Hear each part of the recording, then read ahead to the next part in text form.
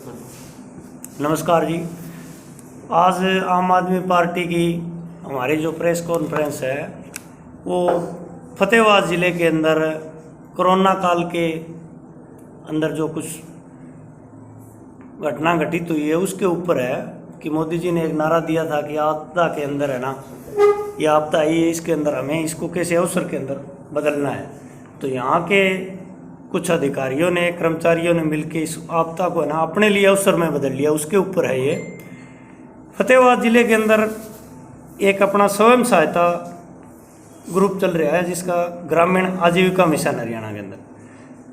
तो उसके जो साथी है यहाँ पर मिशन के प्रमुख है डीपीएम जो रणविजय सिंह, उसके बारे में है ये। उन्होंने आजीविका मिशन के जो फतेहाबाद के अंदर 7 क्लस्टर बने हुए हैं, उन क्लस्टरों के अंदर अलग अलग क्लस्टर से स्वयं सहायता समूह की जो महिलाएं थी उनसे मास्क वगैरह बनवाए थे और उनकी पेमेंट नहीं की अभी तक। उन्होंने किसी की भी पेमेंट भी नहीं की। और जब वो लोग महिलाएं या वो पेमेंट अपना मांगते हैं तो उसके ऊपर इनका धमकाना, उन्हें परेशान करना, अलग अलग तरीके से जलील करना, उसके ऊपर है। हमारे साथी एडवोकेट सुशील कुमार जी इस विषय के ऊपर है ना लगे हुए थे पिछले काफ़ी दिनों से जानकारी लेने के लिए आरटीआई के द्वारा और अन्य अलग अलग तरीके से।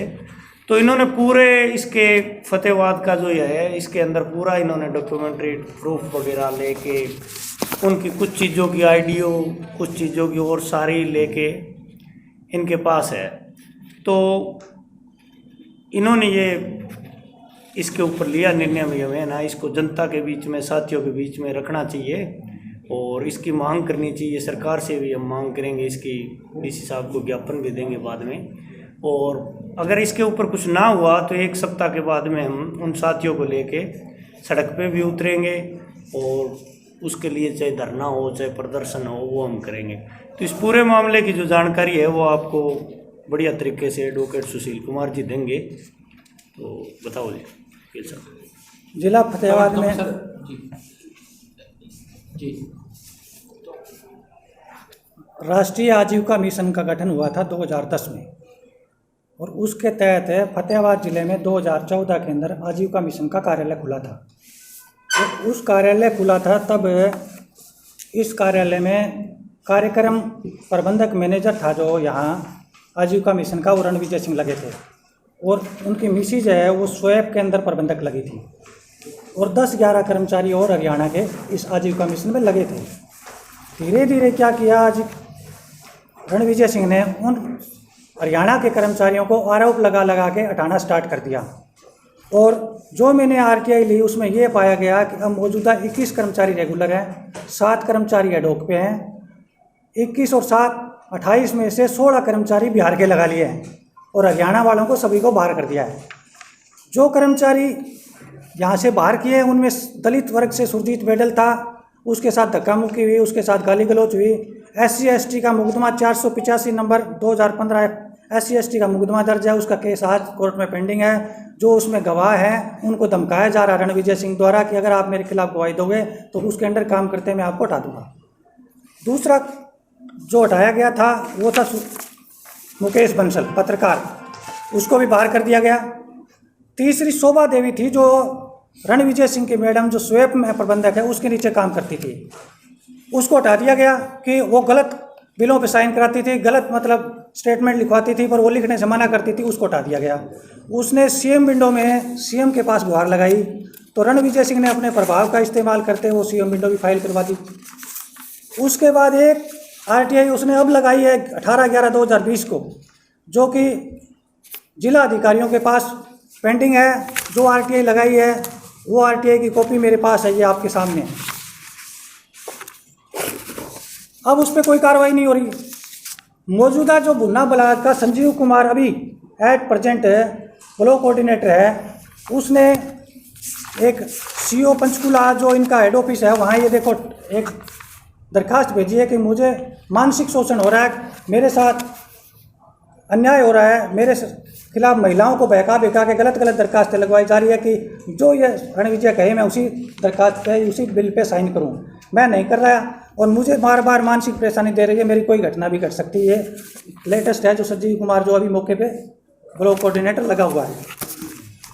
तो ये तो थी ऑफिस से संबंधित। उसके बाद क्या हुआ कि हमने एक 25/4/2020 को एबीपी न्यूज़ चैनल है, जो राष्ट्रीय चैनल है, उस पर पढ़ा था, सुना कि फतेहाबाद में 2.5 लाख मास्क महिलाओं द्वारा, स्वयं सहायता महिलाओं द्वारा बनाए गए हैं और 15 रुपये के हिसाब से बेचे जा रहे हैं और कपड़ा प्रशासन ने मुहैया फ्री करवाया है। ये एबीपी न्यूज़ के चैनल की खबर है 25/4/2020 की। उसके बाद मैंने क्या किया, 27/4/2020 को एडीसी का आरटीआई लगाई और उस आरटीआई के मार्फत रणविजय के कार्यालय आजीविका मिशन से ये पता किया कि आपके कितने मास्क बने, क्या महिलाओं को दिया, कितना खर्चा आया है। उन्होंने कहा कि इस बारे में हमारे पास कोई रिकॉर्ड नहीं है। रिकॉर्ड बताने से बिल्कुल मना कर दिया, जो कि आरटीआई कॉपी मेरे पास है।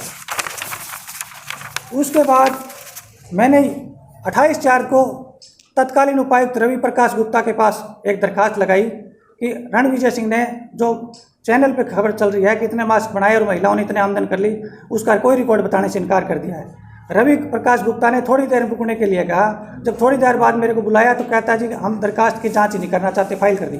उस फाइल के ऑर्डर की कॉपी ये है 1000 CA 5/5/2020, ये ऑर्डर की कॉपी है, जो कि इसमें लिखा हुआ है कि हम पहले प्राथमिक स्तर पर आपकी दरखास्त को खारिज करते हैं। मैंने एक दरखास्त उसी टाइम और दी कि आप मुख्यमंत्री को भेज दीजिए, आप जांच नहीं करना चाहते। उन्होंने कहा कि मुख्यमंत्री को हम नहीं भेजें, आप सीएम विंडो पे जाओ। वो मेरी दरखास्त वहीं खारिज कर दी। उसके बाद खारिज होने के बाद मैं 7/5/2020 को चौधरी विधायक फतेहाबाद दूड़ाराम के पास गया और मैडम सुनीता दुग्गल सांसद के पास गया। उनको मैंने दरखास्त दी। ये दरखास्त भी ये मेरे पास है, सुनीता दुग्गल की दरखास्त आप देख सकते हो, माननीय दूड़ाराम की दरखास्त भी ये देख सकते हो, जो मैंने 7/5 को दी, मैंने उनको दी। दूड़ाराम से रवि रणविजय के साथ क्या सेटिंग की है मुझे पता नहीं। उन्होंने कोई भी उस पर कार्रवाई नहीं की आज तक, और ना ही महिलाओं का मेहनताना दिलाने के बारे में कोई बात की। सुनीता दुग्गल ने वो दरखास्त आजीविका, जो जिला निगरानी विकास कमेटी की मीटिंग होती है, उसमें रखा। वो मीटिंग जाट धर्मशाला में हुई। वहाँ रणविजय सिंह ने यह बताया कि हमने 6 लाख मास्क बनाए हैं और सभी महिलाओं को अच्छी आमदन हुई है और उनके कोरोना काल में आमदन का जरिया बना है और हमने सबका मेहनताना दे दिया है। मैडम सुनीता दुग्गल ने सुनते हुए यह दरखास्त एडीसी साहब को मार की कि आप भी इसकी जांच करो। रणविजय सिंह ये बता रहा है कि अच्छी आमदन होगी। सुशील कुमार ये कह रहा है कि किसी को पैसा नहीं मिला है और कपड़े में भी घोटाला हुआ है, जो कि फ्री मिला है। ये सारा का सारा पैसा रणविजय सिंह खा रहा है। तो एडीसी साहब ने अभी तक कोई जांच नहीं की, वो दरखास्त वैसी की वैसी पेंडिंग है। इन बिटवीन मैंने एक आरटीआई लगाई कि मुझे ये बताया जाए कि कितना मास्क बना, कितना पैसा मिला, कितना कपड़ा कहाँ से आया, किस महिलाओं को, किस ग्रुप में, हर महिला को कितना कितना पैसा मिल गया। तो उन्होंने कहा कि यह आरटीआई आपके सामने उसका जवाब है। इसमें जवाब में आप स्वयं देख सकते हो कि उसमें सभी ये लिखा है, सूचना इस कार्यालय से संबंधित है, सूचना इस कार्यालय से संबंधित, सूचना इस कार्यालय से संबंधित, सूचना इस, हर पॉइंट का यही लिखा कि सूचना इस कार्यालय से संबंधित है, जो मास्क से संबंधित है। तो ये कहाँ से संबंधित है वो बता सकते हैं।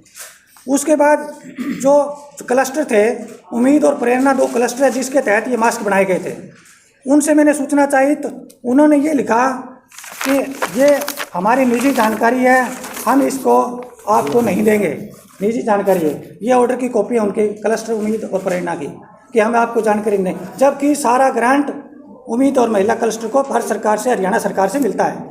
और वो कहते हैं हम आपको कोई जानकारी दें, डॉक्यूमेंट है, ये है, इसमें लिखा है कि हमारी निजी काम है, कोई जानकारी नहीं देंगे। उसके बाद हमें ये पता लगा कि जो क्लस्टर में महिलाओं ने मास्क बनाए थे और जो बैंकों में, पंचायत भवन में स्टॉल लगा के सब जगह बेचा गया था, वो एक रणविजय द्वारा अवैध जिला फेडरेशन क्लस्टर बनाया हुआ है। सारा का सारी अमाउंट उसमें डाली, ना कि वो जो क्लस्टर जहाँ से बन के आए थे मास्क उसमें डालनी थी, उन महिलाओं को मिलना था, फेडरेशन में डाल दी और वो खुद यूज़ कर रहा अपने के लिए। महिलाओं को एक पैसा भी नहीं दे रहा। क्लस्टर में जाएंगे तो महिलाओं को मिलेंगे, वरना नहीं मिल सकते। ये रणविजय सिंह ने कार्रवाई चलाई। उसके बाद क्या हुआ, मेहनताना ना मिला और सुनीता दुग्गल द्वारा दी गई जांच की दरखास्त की अभी तक जांच नहीं। ये तो होगा महिलाओं से संबंधित मामला। अब यहाँ के जो अधिकारी है, प्रशासन है, उसकी क्या स्थिति है वो मैं आपको बताता हूँ। यहाँ जो अधिकारी है रणविजय सिंह के खिलाफ कोई भी जांच नहीं करना चाहता। क्यों नहीं करना चाहता? कि रणविजय सिंह है, जो यहाँ की भोली भाली महिलाएं हैं फतेहाबाद जिला की, उनको सबको बहकाता है अधिकारियों के खिलाफ। अधिकारियों के खिलाफ बहकाकर उसकी मैं सबूत आपको दूंगा। मेरे पास ऑडियो है कि यहाँ सुबिता ढाका एडीसी आई थी, उसने उस पर सारा जांच करने के लिए कार्रवाई चलाई थी कि आप सारा रिकॉर्ड लेके आओ, आप कैसे समूह बनाते हो, कैसे उनको देते हो, क्या महिलाओं का विकास की बात करते हो और कैसे उनका विकास होता है। रणविजय सिंह ने, मैं जो आपको ऑडियो सुनाऊंगा अभी, उसमें ये बताया कि महिलाओं को ग्रुप को बनाया, बुलाया सबको। स्वयं रणविजय सिंह ने ट्रेनिंग दी कि सुबिता ढाका एडीसी के खिलाफ आपने जब डीसी आएगा तो इस प्रकार प्रदर्शन करना है और सुबिता ढाका के खिलाफ नारे लगाने हैं। आपको इतनी महिलाएं वहाँ से ले आनी है, इतनी महिलाएं वहाँ से ले आनी है। ये एडीसी साहब की गाड़ी है, ये एसपी साहब की गाड़ी है, उसके आगे इस नंबर की गाड़ी टीसी के है। 9:30 बजे वहाँ पहुँचना है। वहाँ 9:30 बजे पहुँचते ही आपने डीसी साहब को क्या सामने प्रदर्शन करना है सुबिता ढाका के खिलाफ। जहाँ सीआईडी वाले, पुलिस वाले और भी आएंगे, उनसे किसी से बात नहीं करना, उनको ये बताना है कि हम तो सिर्फ डीसी से मिलने आए, कोई काम नहीं आए और कोई काम नहीं आए। वो प्रदर्शन, जबकि एक सरकारी कर्मचारी भी किसी के खिलाफ नहीं बोल सकता। ये एक कॉन्ट्रेक्चुअल कर्मचारी है, ये सारा कॉन्ट्रैक्ट मिशन है, कॉन्ट्रैक्ट है जो हरियाणा सरकार और भारत सरकार के अंडर काम करता है। वो कर्मचारी अधिकारियों के खिलाफ बहकाता है। उस बात से अधिकारी हर वक्त डरते रहते हैं कि किस महिला को भेजकर हमारी इंसल्ट ना करवा दी जाए। वो अधिकारी कोई भी जांच करने के लिए तैयार नहीं है, वो इस बात से हमेशा घबराते रहते हैं। वो ऑडियो मैं आपको पेश करूँगा, आप सुन सकते हैं।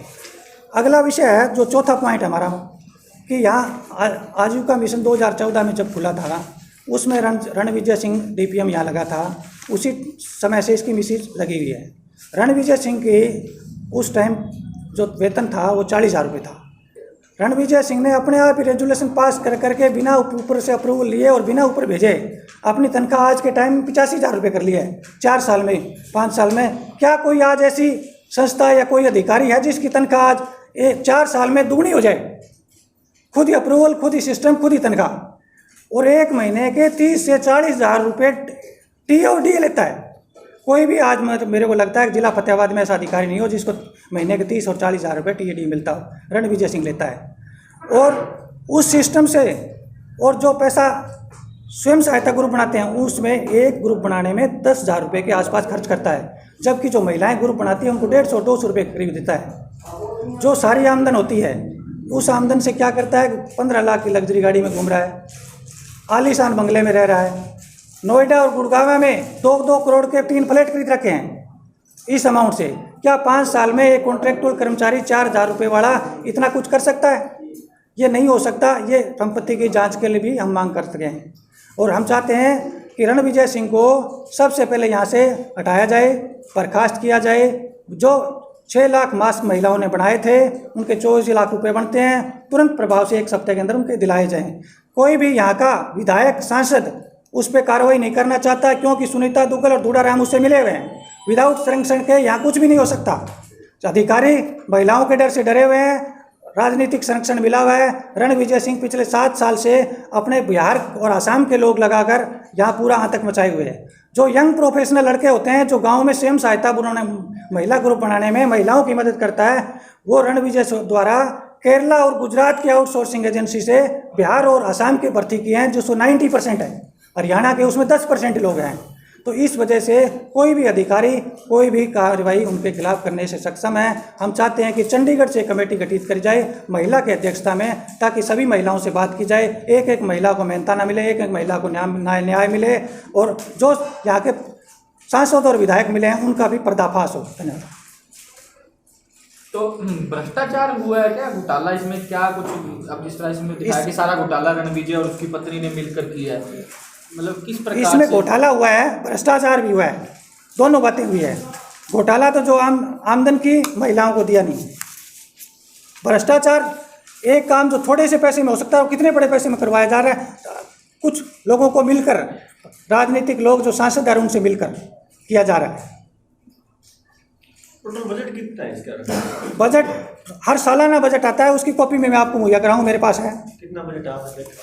वो दूसरे पास है, मेरे पास आपको दिखाऊंगा। आज सिर्फ इस विषय पे था कि महिलाओं को मेहनत ना मिला। जो महिलाएं फतेहाबाद जिला में 6 लाख मास्क बना चुकी है, उस महिलाओं को 1 रुपया नहीं मिला, जो 24 लाख रुपए मिले थे। 8 महीने से ना सरकार पूछ रही है ना अधिकारी पूछ रहे हैं।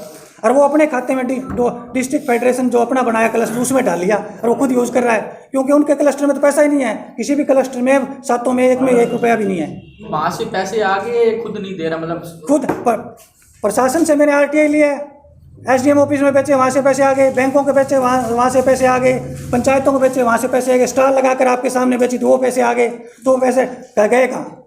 उनके खाते सारे वो खाली पड़े हैं सबके, वो पैसा है कहाँ?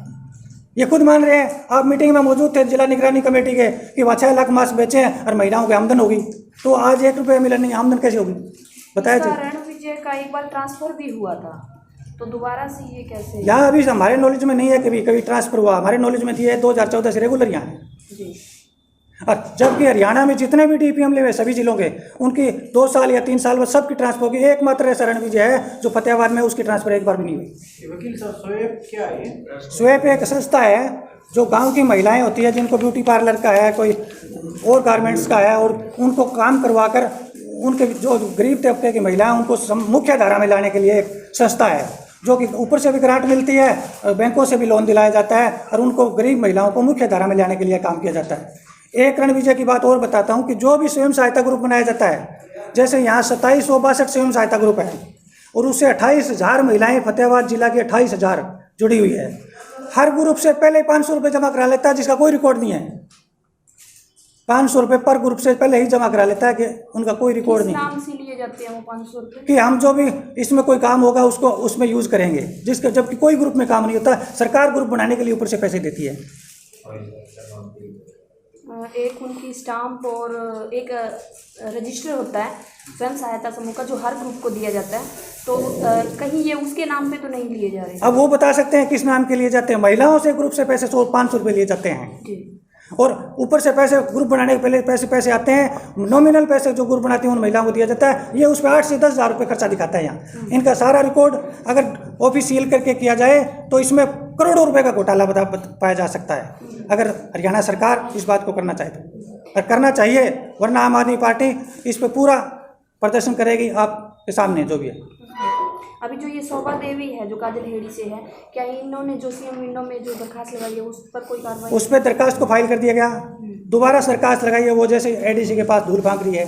शोभा देवी ने इसलिए हटाया गया था कि शोभा देवी इसकी महिला, इसकी पत्नी है, उसके कहने से खाली कागज पे साइन नहीं करती थी, जो कि लेटर आप पढ़ सकते हो मेरे पास है, जो उसमें सारा लेटर में उसने लिखा है। और यही जो मौजूदा संजीव कुमार जो डिस्ट्रिक्ट ब्लॉक कोऑर्डिनेटर है उसने लिखा है कि हमारे से दबाव दे के खाली बिल पे साइन कराए जाते हैं और जो भी कोई गलत काम होता है उस पर साइन कराते हैं, हम नहीं करते इसलिए हमें तो धमका रहे हैं। शोभा देवी को तो इसलिए हटा दिया गया था। तो महिलाएं उनका साथ क्यों दे रही हैं जो स्वयं सहायता समूह? महिलाओं को ये कहा जाता है कि ये अधिकारी है, ये काम आपको नहीं के बारे में नहीं करना देना चाहता, हम आपके बारे में बहुत कुछ करना चाहते हैं, इन अधिकारियों के खिलाफ प्रदर्शन करोगे तो ये फिर आप मेरे को रोकेंगे नहीं। कुछ महिलाएं जो है जो घुमा फिरा के लाता है, अभी आप पूछ सकते हो, काफ़ी महिलाएं ऑफिस में अभी भी भेजता है। और ये दोनों कर्मचारी यही बात लिख रहे हैं कि हमारे को भी इसी तरह प्रताड़ित किया जा रहा है। संजीव कुमार के खिलाफ भी अभी महिलाओं से कुछ दरखास्तें दिलाई है। क्या जो मास्क बनाने वाली महिलाएं थी उनसे किसी से आपकी बात हुई? किसी हाँ, से वो मेरे साथ मेहनताना मिला है? हाँ, मेरे साथ आई थी 5 दिन पहले, हम ADC से मिले थे, ज्ञापन भी दिया था। वो महिलाएं ने कहा कि हमारे को 1 रुपया नहीं मिला।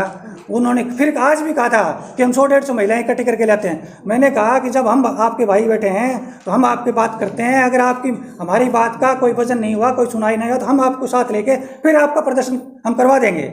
आपने जो मेहनत बनाई है, घर से मेहनत की है, काम किया है, आप फिर एक बार क्यों करें? हम जब आपके लिए बैठे हैं तो हम काम करें। यही बात ADC साहब ने कही थी कि हम आपको उतरा देंगे, पर आज तक कोई जू नहीं रहेंगी उन पर।